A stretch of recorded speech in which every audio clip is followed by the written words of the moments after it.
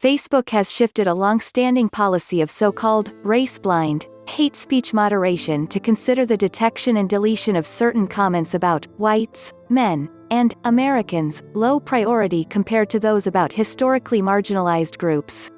We know that hate speech targeted toward underrepresented groups can be the most harmful, which is why we have focused our technology on finding the hate speech that users and experts tell us is the most serious, Facebook spokesperson Sally Aldous told Forbes.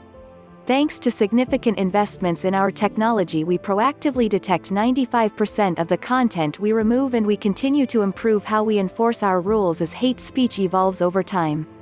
Months of racial reckoning in the U.S. following the May death of George Floyd turned attention to Facebook's hate speech policies, which were accused of failing to protect minority populations. At the height of nationwide protests, NBC News and The Washington Post both accessed an internal chart from Facebook that showed the top 3 derogatory terms its automated systems removed in the month of June were white trash, cracker, and a gay slur.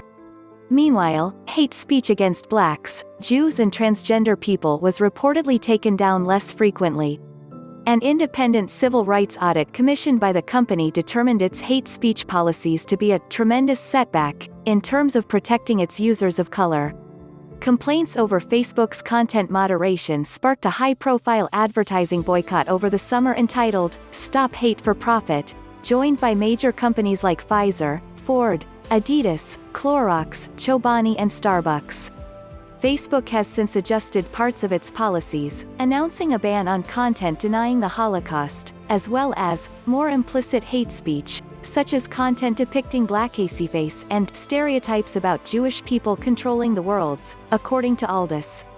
Facebook will start removing misinformation about COVID-19 vaccines. Forbes' anti-black hate flourished on Facebook and Telegram amid George Floyd protests. ADL finds Forbes.